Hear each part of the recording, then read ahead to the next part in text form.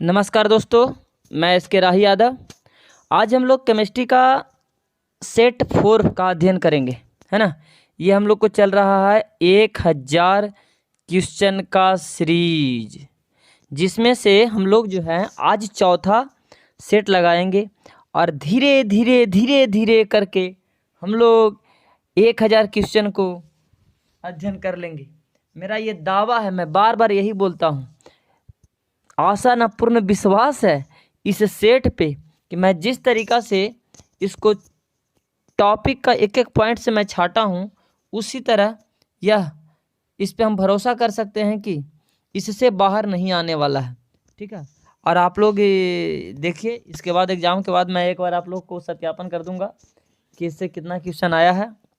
ठीक है, तो इस सेट 4 हम लोग आज लगाएंगे। सेट चौथा हम लोग को चलेगा। सेट चौथा के बारे में हम लोग पढ़ेंगे, सेट 4 के बारे में। चलिए ठीक है, तो हम लोग आज सेट 4 का पहला क्वेश्चन देखेंगे। ये रहा मेरा सेट 4, कह रहा है। और कल से जो है कि हिंदी इंग्लिश मिक्स का जो है कि बोथ वीडियो रहेगा, जिसमें हिंदी और इंग्लिश दोनों रहेगा। बट इसमें अब कोई चांस नहीं है कि 1000 क्वेश्चन में जो तैयार करना था मैं तैयार कर दिया 1000 क्वेश्चन। उसमें अब चांस नहीं है कि हिंदी इंग्लिश बोथ हो सकता है। बट इंग्लिश के लिए 5 सेट अलग से और 10 सेट अलग से व्यवस्था किया गया हिंदी इंग्लिश बोथ के लिए। 10 सेट इस 1000 क्वेश्चन के अलावे मैं 10 सेट उसका इंतज़ाम किया हूँ, वो भी 21 तारीख से एक एक करके आएगा। तो चलिए बढ़ते हैं हम लोग क्वेश्चन की ओर। आज का क्वेश्चन जो है बहुत बवाल है, धमाकेदार। ठीक है, तो इसमें पहला क्वेश्चन कहता है, साबुन ग्रीस को, क्या कह रहा है, साबुन ग्रीस को किसके द्वारा निकाला जाता है। साबुन ग्रीस को किसके द्वारा निकाला जाता है। तो ध्यान दीजिएगा कि साबुन ग्रीस को किसके द्वारा निकाला जाता है। तो अधिशोषण, अधिशोषण मतलब क्या होता है, जमा। ठीक है ना, अवशोषण और अधिशोषण मतलब कोई यहाँ पर कोई पदार्थ है और इसके ऊपर जमा हो गया तो अधिशोषण। एक होता है इमल्सीकरण, पाइसीकरण होता है, और एक होता है अस्कंदन। पाइसीकरण कि जब दो इमल्सन क्या होता है कि जब दो चीज़ को मिलाते हैं तो मिलाने से क्या होता है, जब द्रव और मतलब कि द्रव को मिलाते हैं तो उसको कहते हैं इमल्सीकरण। अस्कंदन क्या होता है कि स्कंदन कि जब कोई सॉल्यूशन है और सॉल्यूशन में कोई क्लोराइड विलयन है या इसमें कुछ अशुद्धियाँ हैं और इसमें बाहर से कुछ मिलाया जाए और मिलाने पर इसमें जो अशुद्धियाँ हैं वो सतह में बैठ जाती है। क्या होती है, सतह में बैठ जाती है। इस क्रिया को हम कहते हैं अस्कंदन। ध्यान से समझिएगा, इस क्रिया को क्या कहते हैं, अस्कंदन। अब कह रहा है साबुन ग्रीस को किसके द्वारा अलग निकाला जाता है, साबुन और ग्रीस को। तो हम यहाँ पे कह सकते हैं कि ये इमल्सीकरण जो है ये आसान से हो जाएगा, इमल्सीकरण। अस्कंदन तो होगा नहीं, साबुन ग्रीस का अगर मिश्रण रहेगा तो उसको हम किसी तरीक़ा से अस्कंदित नहीं कर सकते हैं। ठीक है, तो ये आपका आंसर हो जाएगा बी। चलिए बढ़ते हैं नेक्स्ट क्वेश्चन पे। ठीक है, दूसरा क्वेश्चन कहता है कि भौतिक अधिशोषण में ऊष्मा का उत्सर्जन होता है।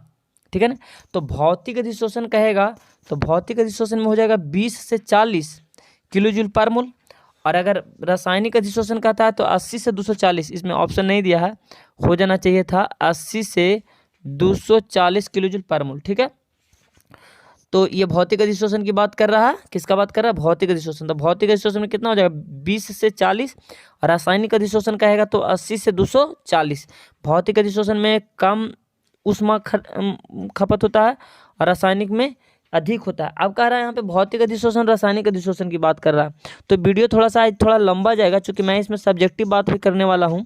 तो ध्यान दीजिएगा कि इसमें क्वेश्चन आपको 2 नंबर में पूछ देगा कि भौतिक अधिशोषण और रासायनिक अधिशोषण। तो इसमें अंतर पूछेगा भौतिक अधिशोषण और रासायनिक अधिशोषण।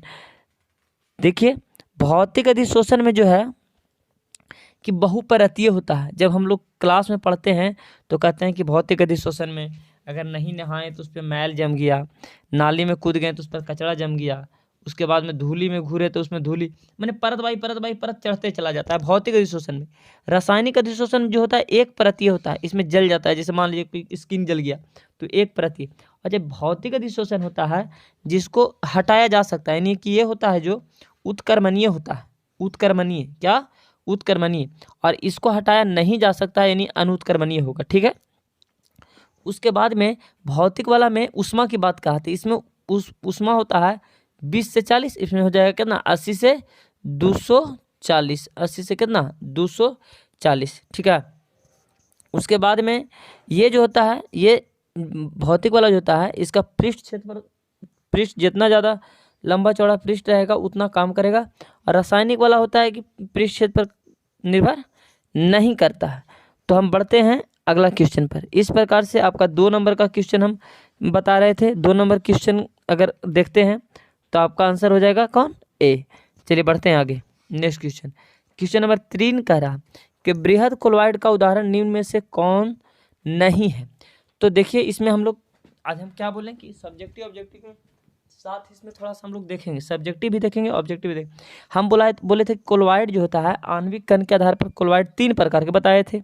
एक बताए थे बहुआण्विक, क्या बताए थे, बहुआण्विक क्लोराइड, और एक बोले थे बृहद आणविक क्लोराइड, बृहद आणविक, और एक बोले थे सहचारी, क्या बोले थे, सहचारी, है ना, ध्यान दीजिएगा। बहुआण्विक, बृहदान्विक, सहचारी। बहुआण्विक जिसमें बहुत सारा हो, ठीक है ना, छोटा छोटा कण मिलकर के बहुत सारा हो उसको बहुआण्विक कहते हैं। बृहदान्विक कि छोटा छोटा कण मिलकर एक बड़ा अणु का निर्माण करे, जिसमें छोटा छोटा कण हो उसको बहुआण्विक कहेंगे, और छोटा छोटा कण मिलकर एक बड़ा बनावे, बड़ा का निर्माण करे जैसे बहुलक, इसे बृहदान्विक में आ जाएगा। और एक सहचारी क्लोराइड बोले थे, सहचारी क्लोराइड, तीनों के बारे में समझिएगा कि बहुआण्विक क्लोराइड में क्या बताया मैं कि छोटा छोटा बहुत सारे कण मिलकर बने होंगे तो उसको बहुआण्विक क्लोराइड कहेंगे, ठीक है ना। और छोटा अणु मिलकर के बड़ा अणु का निर्माण करेगा उसको बृहदान्विक कहेंगे, जिसमें हो जाएगा सब बहुलक हो जाएगा, पॉलीथीन हो जाएगा, नायलॉन हो जाएगा, उसके बाद में सेलुलोज हो जाएगा, स्टार्च हो जाएगा, सारा चीज़ हो जाएगा, जितना बहुलक है वो सारा। और बृहदान्विक क्लोराइड में होता है जिसको हम कहते हैं सहचारी क्लोराइड, बृहद, इसको मिसल्स भी कहते हैं। मिसल्स कहने का मतलब कि तीसरा वाला की अगर बात किया जाए थर्ड वाला के, तो थर्ड वाला बात किया जाए तो इसमें हम कह सकते हैं कि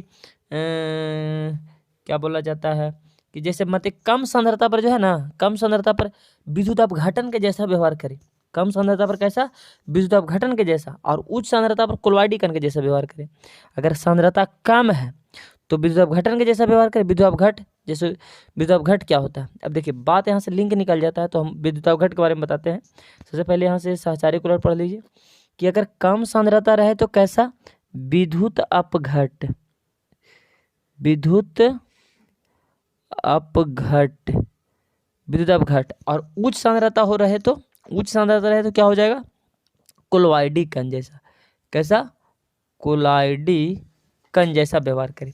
अब देखिए बात आती है विद्युत अपघट का, तो विद्युत अपघट क्या होता है, ध्यान देंगे कि विद्युत अपघट होता है कि वैसा पदार्थ जो विद्युत धारा की सहायता से, ये विद्युत अपघटन में फैराडे ला पढ़ाएंगे, अगर तीसरा क्वेश्चन का तीसरा चैप्टर का आएगा फैराडे के अनुसार तो उस पर हम बताएंगे, ठीक है ना। क्या बताएंगे कि विद्युत अपघटन वैसा पदार्थ जो विद्युत धारा की सहायता से आयन में टूट जाए उसको विद्युत अपघट कहते हैं, और उस टूटने मतलब पदार्थ को आयन में टूटने की क्रिया को विद्युत अपघटन कहते हैं, है ना। तो विद्युत अपघट समझ में आ गया होगा। तो सहचारी क्लोराइड, बहुआण्विक क्लोराइड, बृहदान्विक क्लोराइड, ये तीनों समझ में आ गया। बहुआण्विक क्लोराइड में छोटा छोटा बहुत सारे कण होते हैं उसको बहुआण्विक क्लोराइड कहते हैं। बृहदान्विक क्लोराइड में हो जाएगा कि छोटा अणु मिल करके एक बड़ा अणु का निर्माण करता है जैसे बहुलक हो जाएगा। सहचारी में कि कम सांद्रता पर विद्युत अपघट के जैसा, कम सांद्रता में विद्युत अपघट के जैसा, और अधिक सांद्रता में क्लोराइडी कण के जैसा व्यवहार करता है। तो ये हम लोग पढ़ रहे थे कि कथा मतलब ये तीसरा क्वेश्चन देख रहे थे, क्लोराइड का हम बताने लगे। क्लोराइड का उदाहरण निम्न में से कौन है, यहाँ पे लिख दिया, छोटा सा लिखा है बृहद आणविक क्लोराइड, बृहद यानी बहुत बड़ा, ठीक है ना, बहु नहीं कह रहा, बृहद। तो बृहद आणविक क्लोराइड का उदाहरण क्या है, तो आपका आंसर हो जाएगा सल्फर। सल्फर जो हो जाएगा क्या हो जाएगा, बृहद आणविक क्लोराइड, ठीक है ना, ये हो जाएगा बृहद आणविक क्लोराइड, है ना। उसके बाद में बढ़ते हैं नेक्स्ट क्वेश्चन की ओर बढ़ते हैं कि किस गैस का अवशोषण चारकोल के द्वारा सबसे अधिक होता है। तो मतलब कि आपका चौथा नंबर हो जाएगा कार्बन मोनोऑक्साइड का, किसका, कार्बन मोनोऑक्साइड का, चलिए बढ़ते हैं आगे। कह रहा औषधियाँ किस अवस्था में सर्वाधिक प्रभावित होती है। तो औषधियाँ जो है किस अवस्था में, नंबर 5 में देखिएगा, कह रहा है कि औषधियाँ किस अवस्था में सर्वाधिक प्रभावित होती है। तो ये जो होता है ना कोलॉइड के फॉर्म में, कोलॉइड मतलब कि दो चीज़ उसमें मिलाएंगे और मिलने के बाद जो बनेगा उसको कोलॉइड कहते हैं, ठोस। तो वैसे तो सिंगल चीज़ का भी कुछ का ठोस हो जाएगा। बिलियन, बिलियन में मतलब कि अगर उसमें सॉल्वेंट ज़्यादा रहेगा और जो सॉल्यूट मिलाएंगे वो कम रहेगा तो दिक्कत है। इसलिए कोलॉइड फॉर्म में जो होता है ज़्यादा प्रभावी होता है। क्वेश्चन नंबर 6 कह रहा है कि कोलॉइडी को शुद्ध करने के विधि कहते हैं। तो कोलॉइडी शुद्ध करने के विधि को क्या कहते हैं क्वेश्चन नंबर 6 में। तो देखिए कोलॉइड को पेप्टिकरण विधि द्वारा भी शुद्ध किया जाता है, अस्कंदन विधि द्वारा भी किया जाता है, अपोहन, विद्युत अपोहन, अब्रेडिक आर्क विधि। ये हमारा हिसाब से सब हो जाएगा, यानी एक ई ऑप्शन बना करके आप लिख दीजिए सभी। क्या लिख दीजिए? सभी। चलिए आगे बढ़ते हैं कि परमाणु द्रव्यमान बराबर होता है। यह हमेशा पूछता है और आपसे पूछता ही रहेगा।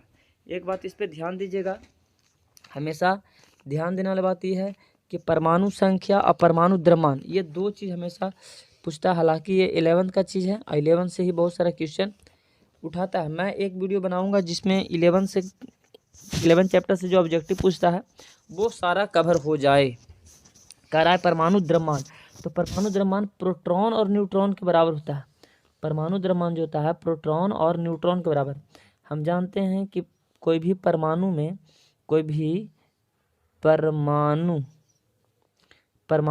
तीन चीज़ होता है। क्या होता है? इलेक्ट्रॉन होता है, प्रोटॉन होता है, न्यूट्रॉन होता है। तो प्रोटॉन और न्यूट्रॉन जो होता है नाभिक में होता है और इलेक्ट्रॉन इसके चारों तरफ चक्कर काटता है। तो प्रोटॉन और न्यूट्रॉन जो होता है नाभिक में, उसी को कहते हैं परमाणु द्रव्यमान। यानी ऑप्शन इसका सी सही हो जाएगा। क्या हो जाएगा? सी। क्या हो जाएगा? सी। चलिए बढ़ते हैं आगे। क्वेश्चन नंबर 8 कि विद्युत अपघट का उदाहरण है। अभी बोले थे कि विद्युत अपघट क्या होता है। तो वैसा पदार्थ जो विद्युत धारा की सहायता से आयन में टूट जाए। तो बताइए कि विद्युत अपघट, बेंजीन तो कभी टूट ही नहीं सकता, यूरिया कभी टूट ही नहीं सकता, सॉरी चीनी कभी नहीं टूट सकता है। अब हो जाएगा सोडियम एसीटेट। क्या हो जाएगा? सोडियम एसीटेट आपका जो सोडियम एसीटेट है जो विद्युत अपघट का उदाहरण हो जाएगा। ठीक है। आगे कहता है 9 नंबर क्वेश्चन में कि कौन अनुसंख्या गुणधर्म नहीं है। देखिए बात यहाँ पर आ जाता है कि डेल्टा टीएफ क्वथनांक अधिमांग बिंदु में जो अवनमन है, प्रसरण दाब है और ये क्वथनांक बिंदु डेल्टा टीबी क्वथनांक बिंदु उन्नयन, ये तीनों जो है तीनों ये अनुसंख्या गुणधर्म है। बट के बी जो है स्थिरांक है। जब हम लोग पढ़ते थे कि delta T B directly proportionality, क्या पढ़ते थे कि delta T B is directly proportionality. तो प्रोपोर्शनलिटी को हटाने के लिए हम यहाँ पर कांस्टेंट रखते थे। तो बॉइलिंग पॉइंट के लिए के बी और फ्रीजिंग पॉइंट के लिए के एफ, तो ये कांस्टेंट हो गया। ये अनुसंख्या गुणधर्म हो ही नहीं सकता, इसलिए 9 का आंसर क्या हो जाएगा? डी। बढ़ते हैं आगे। निम्न में से कौन सही है? 10 में आपका जो है 10 नंबर क्वेश्चन को ध्यान दीजिएगा थोड़ा सा, किसमें कहता है कि निम्न में से कौन सही है। तो आपका आंसर सी हो जाएगा सही। आपका आंसर यहाँ पे सी हो जाएगा सही। हालांकि अगर इसको हम इस तरीक़ा से लिखें तो हम R L V P relative lowering of vapour pressure बराबर पढ़ते हैं कि रिलेटिव लोअरिंग ऑफ वेपर बराबर होता है P not minus P S बटा पी नॉट। और अगर आर एल वी पी की बात करें तो रॉल्स के नियम के अनुसार तो विलय के मूल अंश के क्या होता है? बराबर होता है। अगर इसको कांस्टेंट कर दिया जाए तो के बराबर क्या हो जाएगा?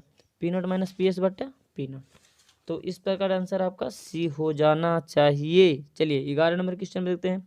निम्न में सबसे खराब सुचालक कौन है? देखिए कितना अच्छा सवाल पूछा है कि खराब, अच्छा नहीं खराब कह दिया, खराब सुचालक है। तो खराब सुचालक यानी कि जो मतलब पदार्थ के 3 गुण होता है। एक विद्युतीय गुण में 3 होता है, एक चालक, एक होता है कुचालक, एक होता है अर्धचालक। चालक जिससे विद्युत धारा प्रवाह हो उसे कहेंगे चालक, जिसे विद्युत धारा प्रवाह नहीं हो उसे कहेंगे कुचालक, और जिससे विद्युत धारा प्रवाह थोड़ा थोड़ा हो यानी कि चालक और कुचालक के बीच में हो उसको कहते हैं अर्धचालक। चालक में जो चालकता क्षमता होता है 10⁻⁴ से 10⁻⁷ ओम इनवर्स मीटर इनवर्स, ध्यान दीजिएगा, ओम इनवर्स मीटर इनवर्स, इस तरीक़ा से। और इसमें हो जाएगा कुचालक में 10⁻⁻20 से 10⁻⁻10, और इसमें हो जाएगा दोनों के बीच में यानी कि 10⁻⁷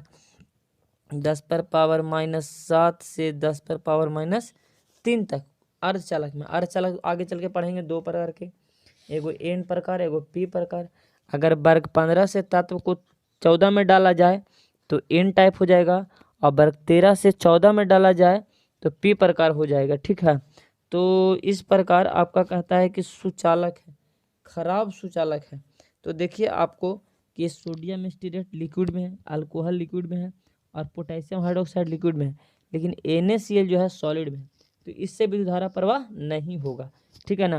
हालांकि विद्युत धारा सुचालक कोई नहीं है, अगर विधिवत देखा जाए तो विद्युत का सुचालक कोई नहीं है, बट इसमें जो है कि ये लिक्विड में है, अल्कोहल भी लिक्विड में है, और KOH भी लिक्विड में है, बट NaCl जो है सोडियम क्लोराइड नमक जो लिक्विड में नहीं होता है, सॉलिड में होता है, जिसके कारण इससे विद्युत धारा का प्रवाह नहीं होगा, है ना।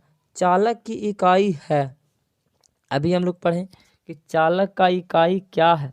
क्वेश्चन नंबर 12 ध्यान से देखिएगा, ओम इनवर्स मीटर इनवर्स। देखिए थोड़ा सा गलती कर दिया यहाँ पर, ओम इनवर्स मीटर इनवर्स होना चाहिए था, तो सेंटीमीटर लिख दिया, कोई दिक्कत नहीं। अगर सेंटीमीटर लेंगे सेंटीमीटर, मीटर लेंगे मीटर, लेकिन ज़्यादातर हम लोग को मीटर ही लिया जाता है, ठीक है। अभी हम लोग बोले ना कि चालक का चालकता क्षमता होगा 10⁻⁴ से 10⁻⁷ ओम इनवर्स मीटर इनवर्स, तो वही कहता है चालक की इकाई क्या है, तो ओम इनवर्स मीटर इनवर्स। कि OHM लिखा ना, इसी को सिंबल हम ऐसे लिख सकते हैं, ठीक है। चलिए आगे बढ़ते हैं। आगे कहता है कि क्वेश्चन नंबर 13 में कि 1 फैराडे यानी 96,500 किलोम विद्युत धारा CuSO4 के घोल से मुक्त कराई जाती है, ठीक है ना। CO घोल से मुक्त कराई जाती है, तो इसमें कराई जाती है तो कितना प्राप्त होगा, कॉपर, ठीक है। कहता है CuSO4 से घोल से प्राप्त किया जाता है तो कॉपर कितना प्राप्त होगा। 30 नंबर क्वेश्चन का आप इसका आंसर बी हो जाएगा, क्या हो जाएगा, बी। आगे देखते हैं कि विद्युत अपघटन में ऑक्सीकरण होता है, तो विद्युत अपघटन जब करवाएगा ना तो विद्युत अपघटन में ऑक्सीकरण होगा एनोड पर, किस पर, एनोड पर, विद्युत अपघटन में होगा एनोड पर, ठीक है। दोनों पर तो हो ही नहीं सकता है। आगे वायु की उपस्थिति में होने वाली प्रक्रिया, तो जारण को ही कहते हैं भर्जन, और जारण भर्जन में होता है ऑक्सीजन की उपस्थिति में, तो आपका ये दोनों हो जाएगा आंसर सी। और निस्तापन होता है जो ये मतलब कार्बोनेट रहता है, जैसे CaCO3, जब गर्म करें तो कार्बन डाइऑक्साइड निकला, ऑक्सीजन का जरूरी नहीं पड़ेगा अगर हमें। तो बढ़ते हैं आगे 16 नंबर क्वेश्चन पर। 16 नंबर क्या कहता है, कार्बोनेट अयस्क को ऑक्साइड में बदलने के लिए, तो कार्बोनेट अभी ही बताएं कि कार्बोनेट जैसे CaCO3 रहेगा तो एक सीधा हीट कर देंगे बिना ऑक्सीजन के, और बिना ऑक्सीजन में ये अभिक्रिया करना कहलाता है निस्तापन। आपका 16 का आंसर हो जाएगा ए। चलिए बढ़ते हैं आगे, किस विधि में कोक प्रयुक्त किया जाता है, तो निस्तापन में ना ऑक्सीजन डाला जाता है, जारण में ऑक्सीजन डाला जाता है, लेकिन परगलन में क्या डाला जाता है, कोक डाला जाता है। क्या डाला जाता है, कोक। इसमें क्या होता है कि धातु के ऑक्साइड रहता है ना, धातु के ऑक्साइड रहेगा, धातु के ऑक्साइड को इसमें कार्बन या तो कार्बन मोनोऑक्साइड को डाल के गर्म किया जाता है, तो इसमें से जो ऑक्सीजन होता है बाहर निकल जाता है। इस विधि को क्या कहते हैं, परगलन कहते हैं। निम्न में से कौन सा लोहे का अयस्क नहीं है, ध्यान दीजिएगा, कहता है लोहे का अयस्क नहीं है, तो हेमेटाइट तो हो जाएगा, इसका हेमेटाइट है, और मैग्नेटाइट, ये दोनों एकदम पॉपुलर है।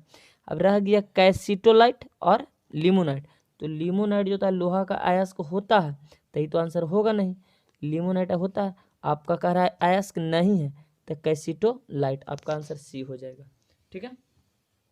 अगर चैनल पे नए हैं दोस्त तो चैनल को सब्सक्राइब करें, ठीक है ना। अगर वीडियो अच्छा लगता है तो लाइक करें, उससे मेरा मोटिवेशन बढ़ता है, ठीक है। और अगर चैनल पे नए हैं तो इसके अलावा एक मेरा और चैनल है राही केमिस्ट्री क्लासेस, ठीक है ना, उस पर ऑब्जेक्टिव सब्जेक्टिव पढ़ाया जाता है और इस पर भी पढ़ाया जाता है।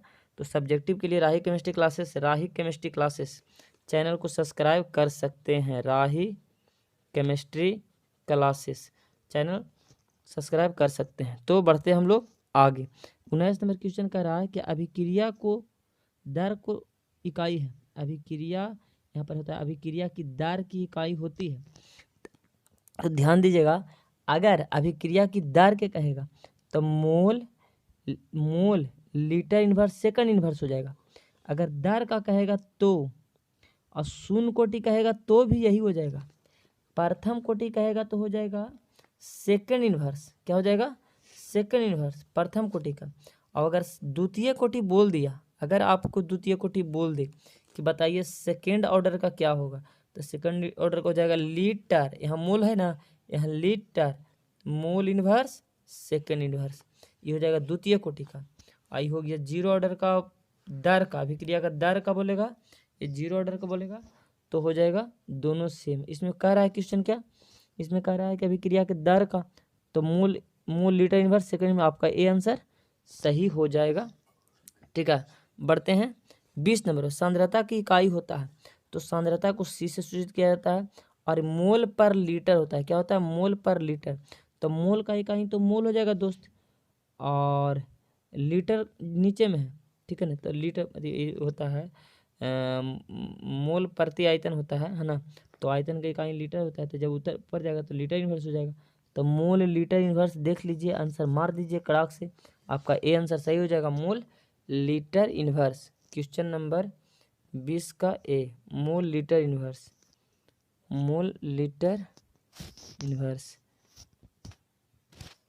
अच्छा, दोनों तो सही हो जाएगा। इसमें देखिए मोल बटा लीटर दे दिया, मोल लीटर इन्वर्स दे दिया, तो हम ऑप्शन नहीं देखे थे, ऑप्शन देखिए उसके बाद में मतलब कि चर्चा कीजिएगा। ठीक है, कि इसमें क्या कह रहा है, आपका दोनों हो जाएगा, ए और बी दोनों, ए भी सही है और बी भी सही है। तो बढ़ते हैं क्वेश्चन 21 पे, 21 नंबर पे, कि निम्न में से कौन क्षारीय भूमि तत्व है? निम्न में से कौन क्षारीय भूमि तत्व है? देखिए यहाँ से ध्यान दीजिएगा, हमेशा हमेशा हमेशा एक ऑब्जेक्टिव एकदम पक्का रहेगा दोस्त। खाली हम लोग वीडियो से भागने से नहीं होता है, ये चैनल पर वो चैनल पर सुंदर सुंदर टाइप करके और वीडियो बना देने से नहीं होता है। इस पर सर्च किया जाता है, सर्च करने में टाइम लगाया जाता है, बस यहाँ से वहाँ से मतलब खोज खाज कर डाल देने से नहीं होता है। देखिए इसमें कह रहा है निम्न में से क्षारीय धातु, ध्यान दीजिएगा, यहाँ से आपका एक क्वेश्चन पक्का लड़ेगा। देखिए इसमें वर्ग पहला होता है, वर्ग फर्स्ट, और एक होता है वर्ग सेकंड। वर्ग फर्स्ट वाला को कहेंगे क्षारीय धातु, क्या कहेंगे? क्षारीय धातु, ध्यान दीजिएगा, क्षारीय धातु। और वर्ग दो वाला कहेंगे क्षारीय मृदा धातु, क्या कहेंगे? क्षारीय मृदा धातु। ठीक है, इसको कहेंगे क्षारीय धातु, इसको क्षारीय मृदा धातु। इंग्लिश में बोलेंगे तो अल्कलाइन मेटल, अल्काली मेटल, और वर्ग 1 को कहेंगे अल्काली मेटल, और वर्ग 2 को कहेंगे अल्कलाइन अर्थ मेटल। अब यहाँ पे क्षारीय भूमि धातु कह रहा है, यानी अल्कलाइन अर्थ मेटल कह रहा है। तो यहाँ से ध्यान दीजिएगा थोड़ा सा, कि हम बोले पहला वाला को क्षारीय धातु, दूसरा वाला को क्षारीय मृदा धातु, पहला वाला को क्षारीय और दूसरा वाला को क्षारीय मृदा धातु। एक में कौन कौन हो जाएगा? हलीना के रब से पढ़ते हैं ना, हाइड्रोजन को छोड़कर, हलीना के रब से फरियाद, यहाँ पर ए फर कर देंगे, और यहाँ पर हो जाएगा बेटा मांगे कार सफारी, और बाप राजी। ठीक है, बाप बढ़ा के रख ले मन। ठीक है, तो एकरा में हो जाएगा ये वाला beryllium, magnesium, calcium, cerium, barium, radium. इस छवों धातु में से जो धातु रहेगा तो वो हो जाएगा क्षारीय भूमि धातु। अब देखिए इसमें कौन है, तो लोहा तो क्षारीय, तो हो गया डी ब्लॉक के, जिंक भी हो गया डी ब्लॉक के, तो यहाँ पे सोडियम दिया है, तो आंसर हो जाएगा कोई नहीं। 21 का जो आंसर हो जाएगा वो कोई नहीं हो जाएगा। क्या हो जाएगा? कोई नहीं। ठीक है, सोडियम रहता था, अगर क्षारीय धातु बोलता तो ये हो जाता सोडियम, सोडियम हो जाता, बट क्षारीय मृदा धातु का दिया, यानी क्षारीय भूमि धातु का दिया, तो इसमें से कोई नहीं होगा। होगा कौन? बेरिलियम होगा, मैग्नीशियम होगा, कैल्शियम होगा, सीरियम होगा, बेरियम होगा और रोडियम होगा। ठीक है, तो बढ़ते हैं आगे दोस्त। कह रहा है Al2O3 एक ऑक्साइड है ना। Al2O3 एक ऑक्साइड है। कैसा ऑक्साइड है? उभयधर्मी, अम्लीय, क्षारीय, नॉन। नहीं, तो ये जो होता है ना अम्लीय होता है। क्या होता है? ये जो होता है अम्लीय। अम्लीय क्यों होता है दोस्त? इसका जो pH मान होता है वो होता है 5.6 और 5.6। ये इसका जो ये अम्लीय होगा। 22 नंबर क्वेश्चन का जो होगा ये कैसा होगा? अम्लीय। कैसा होगा? अम्लीय। क्यों अम्लीय होगा? इसका जो pH मान होता है, pH मान होता है 6.5 और आप जानते हैं कि pH मान 1 से लेके 14 तक के इसका स्केल होता है। अब बीचे में 7 जो होता है, अगर 7 से कम रहेगा अम्लीय और 7 से ज़्यादा रहेगा तो क्षारीय। ठीक है, 7 से कम रहेगा तो अम्लीय और 7 से ज़्यादा रहेगा तो क्षारीय। अब चलते हैं pH। तो pH क्या होता है? पोटेंज हाइड्रोजन। पोटेंज हाइड्रोजन क्या होता है? यानी power hydrogen. Power hydrogen, power hydrogen. आप जानते हैं कि हाइड्रोजन जो ज़्यादा त्याग करता है वो अम्लीय होता है और जो OH त्याग करता है वो क्षारीय होता है ना। तो जिसके पास हाइड्रोजन त्याग करने का क्षमता ज़्यादा रहेगा वो अम्लीय होगा। चलिए बढ़ते हैं, नेक्स्ट क्वेश्चन कह रहा है कि एफ ब्लॉक तत्वों में कौन से तत्व रेडियो एक्टिव है ना। एफ ब्लॉक तत्वों में कौन से तत्व रेडियो एक्टिव है? तो रेडियो एक्टिव तत्व इसमें एक मतलब कि एफ ब्लॉक में 2 सीरीज पढ़ते हैं, एक लैंथेनॉइड सीरीज और एक एक्टिनॉइड सीरीज। ठीक है ना। तो लैंथेनॉइड सीरीज और एक्टिनॉइड सीरीज हम लोग अध्ययन करते हैं, जिसमें लैंथेनॉइड और एक्टिनॉइड दोनों जो है रेडियो एक्टिव तत्व। लैंथेनॉइड भी और एक्टिनॉइड भी। आपका आंसर हो जाएगा सी। ठीक है, चलिए बढ़ते हैं। 23 नंबर के बाद 23 फिर लिख दिया गया है। ठीक है, 23 अगेन रिटेन करा। आयोडीन की खोज की थी। आयोडीन की खोज कौन किया था? तो इस पे काफ़ी मतलब कि ध्यान देने वाला बात है कि आयोडीन का खोज कौन किया था। तो आयोडीन का खोज किया था ये जो सीले है तो ऑक्सीजन का किया, प्रिस्टले जो है हाइड्रोजन का किया। बैलार्ड ने रेडियोएक्टिव किया, कुटपी। तो ये हो जाएगा आपका प्रिस्टले। आयोडीन का खोज ऑक्सीजन और आयोडीन दोनों का खोज किया प्रिस्टले। ये आपका आंसर हो जाएगा सी। क्या हो जाएगा? सी। 24 का सॉरी 23 का हो जाएगा सी। 23 का क्या हो जाएगा? सी। और फिर इसमें कह रहा है कि HCl का खोज की थी। तो HCl का ये खोज से क्वेश्चन तो नहीं पूछता है, बट इसमें हम 2-4 डाल दिए हैं ताकि मतलब कि अलर्ट रहे। ठीक है ना। तो 24 में कह रहा है HCl का खोज कौन किया? तो डेवी किया है। कौन किया? डेवी। कौन किया? डेवी। आगे देखिए, बल्बों में भरे जाने वाले, क्या कह रहा है? बल्बों में भरे जाने वाले गैस है। तो अब बात आता है कि बल्ब में अक्रिय गैस भरा जाता है। अक्रिय गैस वर्ग 18 के तत्व को है ने अगर करके 0 रन, helium, neon, argon, krypton, xenon, radon तक रेडियो एक्टिव हो गया। ये सब अक्रिय गैस है। लेकिन इसमें पूछ रहा है कि बल्बों में भरे जाने वाला, अगर सभी रहता ना, अगर यहाँ ई करके सभी दे देता तो हम सभी मार देते। लेकिन अब बात है कि यहाँ पे कुछ इसमें से विशेष पूछ रहा है कि बल्ब में कौन सा गैस भरा जाता है। तो आपका हो जाएगा आंसर सी, आर्गन जो है विशेष रूप से भरा जाता है। आपका ऑप्शन में नाइट्रोजन कभी कभी दे दे तो हम नाइट्रोजन मार देंगे, क्योंकि नाइट्रोजन जो होता है अक्रिय होता है। ठीक है ना, इसलिए नाइट्रोजन भी भरा जाता है, ध्यान दीजिएगा। चलिए बढ़ते हैं 26 नंबर में कि कार्बनिक ठोस की शुद्धता का लक्षण है। कहता है कोई कार्बनिक ठोस है, कार्बनिक पदार्थ है ठोस के रूप में, उसका शुद्धता का क्या लक्षण है? कैसे हम जानेंगे कि ये जो कार्बनिक पदार्थ है शुद्ध है?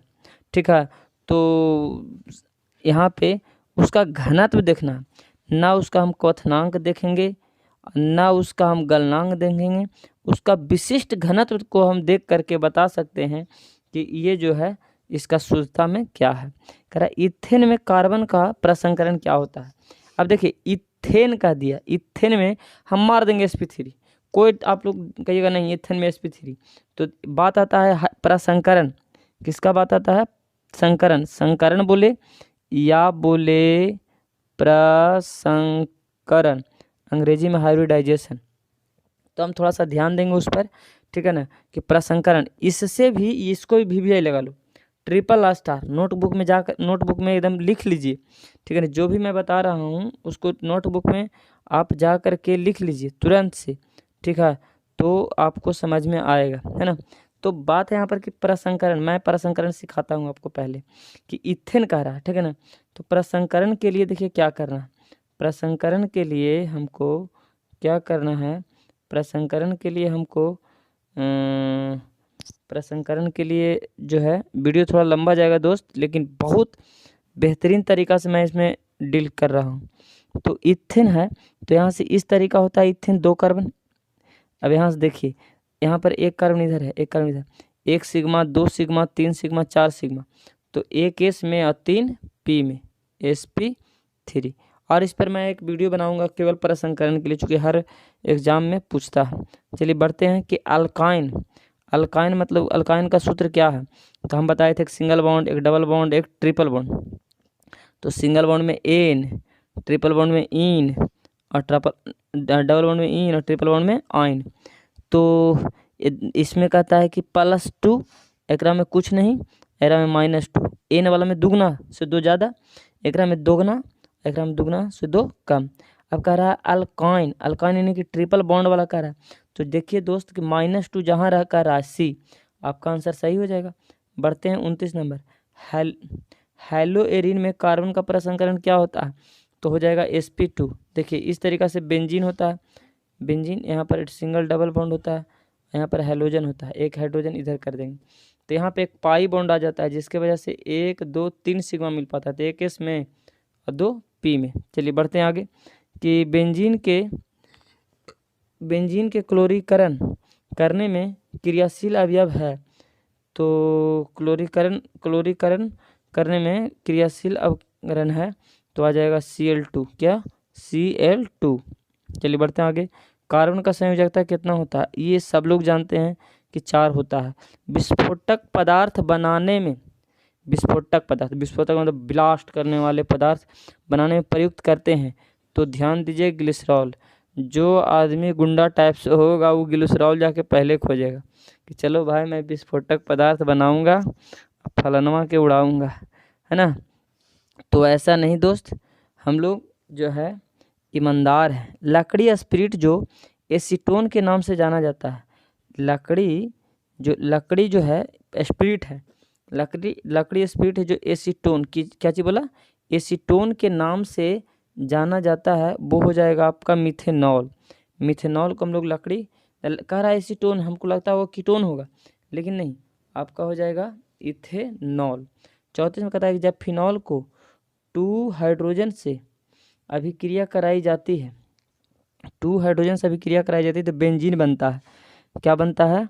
बेंजीन। आपका 34 नंबर क्वेश्चन का आंसर बेंजीन हो जाएगा। क्या हो जाएगा? बेंजीन। बेंजीन ए में ऑप्शन है, ठीक है। उसके बाद में 35 नंबर क्वेश्चन कह रहा है कि CH3 और OCH2 का आइपैक्स नेम। देखिए ऑक्सीजन के दोनों देने कार्बन रहे तो समझेंगे कि ईथर है, ईथर का आइपैक्स नहीं होता अल्कोक्सी एल्कोन। हम एक ट्रिक बताए थे, चला अस्मॉक्सी बिगेन। क्या बताए थे? अस्मॉक्सी, स्मॉल वाला के साथ ऑक्सी और बिग वाला के साथ एन। तो इधर 1 कार्बन, इधर 2 कार्बन, तो छोटा तेरा साथ है ऑक्सी, और तो हो जाएगा मिथॉक्सी इथेन। तो एकरा में तो दिया नहीं, ये हो जाएगा मिथॉक्सी मीथेन कर दिया है, एकरा में कर दिया इथॉक्सी इथेन, एकरा में कर दिया इथॉक्सी मीथेन। तो आपका कोई आंसर नहीं होगा, इसका नाम हो जाएगा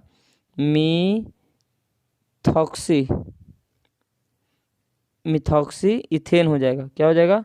मिथॉक्सी इथेन। चलिए बढ़ते हैं आगे। करा CHO HCOOH एक है, तो क्या है? तो ये हो जाएगा एक भास्मिक, क्या हो जाएगा? एक भास्मिक अम्ल, ए, ऑप्शन ए, 36 का ए हो जाएगा, है ना। सिरका में कौन सा अम्ल पाया जाता है? तो एसिटिक अम्ल। एसिटिक अम्ल में कितना कार्बन? 2 कार्बन, बी हो जाएगा। कीटोन का सूत्र है, तो कीटोन का ये हो जाएगा बी आपका CO और R, यानी RCOR दोनों जने R रहे CO के तो उसको कहेंगे कीटोन। कहता है CH3CO CH3 आईपैक नेम है, यानी 1 2 3 कार्बन, 3 कार्बन को होता है प्रोप। अब कीटोन है, क्या है कीटोन, तो हो जाएगा प्रोपानोन। क्या हो जाएगा प्रोपानोन, तो प्रोपेनॉल ये हो जाएगा प्रोपेनॉल, तो ये तो अल्कोहल का हो गया। प्रोपेन तो खाली मतलब 3 कार्बन का हो गया, प्रोपेनॉन। आपका आंसर हो जाएगा C प्रोपेनॉन। कैल्शियम फॉर्मेट को सूक्ष्म स्रवन होता है, कैल्शियम फॉर्मेट का सूक्ष्म स्रवन से हमको मिलेगा फॉर्मिक एसिड। क्या मिलेगा 40 के A फॉर्मिक एसिड। चलिए बढ़ते हैं आगे 41 नंबर क्वेश्चन पर। एक प्रबल क्षार किससे अल्फा हाइड्रोजन कम कर सकते हैं। एक प्रबल क्षार किससे अल्फा हाइड्रोजन कम कर सकते हैं, तो हो जाएगा कीटोन से। किससे, कीटोन से। एनिलीन में पाई बॉन्ड की संख्या, एनिलीन, तो एनिलीन किसे कहते हैं, बेंजीन पर जब NH2 जुड़ा रहता है तो उसको एनिलीन कहते हैं। तो पाई बॉन्ड की संख्या एक यहाँ हो जाएगा और एक डबल बॉन्ड यहाँ है, तो यहाँ हो जाएगा, एक डबल बॉन्ड यहाँ है, 3। आपका आंसर हो जाएगा 3। चलिए बढ़ते हैं आगे 43 नंबर क्वेश्चन में। कहता है निम्नलिखित में कौन बायोडिग्रेडेबल बहुलक है, तो हो जाएगा आपका सेलुलोज। पॉलीथीन कभी नहीं बायोडिग्रेडेबल होगा। PVC जो हम लोग बाथरूम के पाइप में, टंकी के पाइप में करते हैं, और नायलॉन 6 ये भी बायोडिग्रेडेबल नहीं है। नायलॉन जब भी अगर मिट्टी में चला गया तो जल्दी सड़ेगा नहीं, लेकिन इस सेलुलोज यानी पेड़ पौधा का जो होता है वो सेलुलोज से बना होता है, कोशिका। तो आगे कहता है कि पॉलीथीन एक बहुलक है, पॉलीथीन इथीन का, तो किसका, इथीन का। आपका आंसर हो जाएगा B, ठीक है ना। इथीन मतलब डबल बॉन्ड, और इथीन मतलब सिंगल बॉन्ड, और इथाइन मतलब ट्रिपल बॉन्ड। क्या कार्बन के, 2 कार्बन 2 कार्बन 2 कार्बन। प्रोपाइन हो गया क्या कार्बन, 3 कार्बन के। चलिए दोस्त, आज का सेवा यहीं तक के, और वीडियो को लास्ट तक देखने के लिए आपको बहुत बहुत धन्यवाद। ये जो हमारा सीरीज़ चल रहा है 1000 का, आज हम लोग सेट चौथा पढ़े।